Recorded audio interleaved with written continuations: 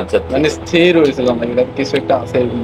মানে ভিতরে কিছু একটা আটকে আছে মনে হয়। এরকম তারপর খালি কয়বার হয়? অনেকবার পানি খেলে আপনি 10 মিনিট, আধা ঘন্টা, 1 ঘন্টা পর পানি খাইলে 10 মিনিট আধা ঘন্টা পর পরে। আর মাথার ভিতরে আসে খালি ফাঁসাদ ধরবে এরকম। মাথার ভিতরে সবসময় কাজ করে একটা টেনশন। হ্যাঁ, আর মনে হলে বাথরুমে যেতে হয়।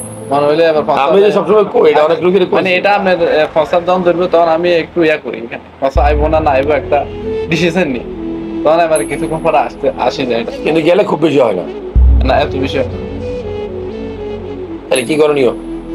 আমি ডাক্তারের নাম আমি বুদ্ধি দিয়ে শুনবানি বলে মাথার মধ্যে থেকে সরাই ফেলবা। এটা সরে না, সরে না। ধর আমি এখন আপনার কাছে আসুন বা মাথার ভিতরে আছে যদি গাড়িতে ফসাদ ধরে একটা টেনশন, এখন আপনি এখানে আইবার পরে 2 দিন বেড়ান, আমি ডাক্তার কাছে আমি ফসাদ ধরে মানে এটা মাথার ভিতরে চলে আসে।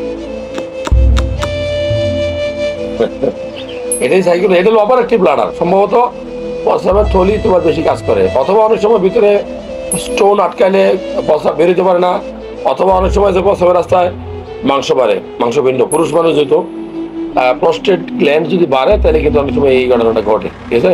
আর এই সাইড গুলোতে পিন পিন করে মানুষ কামড় দেয় না, শরীর মতো আর শরীর অনেক দূর। আচ্ছা ঠিক আছে, আমরা একটা আল্ট্রাসাউন্ড করি, আমরা কিডনি টেস্ট করি, প্রস্রাবের টেস্ট করি। আর তো সমস্যা নাই। আর ওই শারীরিক সমস্যা দুর্বল লাগে এমনি এই করছো, দুর্বলতা আছে বেশি না কম? ওই দুর্বলতা একটু বেশি না, এটা শারীরিক দুর্বল, এমনি উইকনেস লাগে, মানে বসা থেকে উঠে আমি মাথায় ঘুরে। তোর কি ডায়াবেটিস আছে? না, ডায়াবেটিস ছিল না। বাসা কোথায়? বসা পেন কি কাজ করো? টেলে কোন জায়গায়?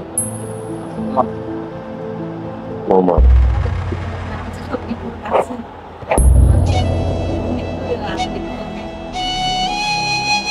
এই বললো কত দিন?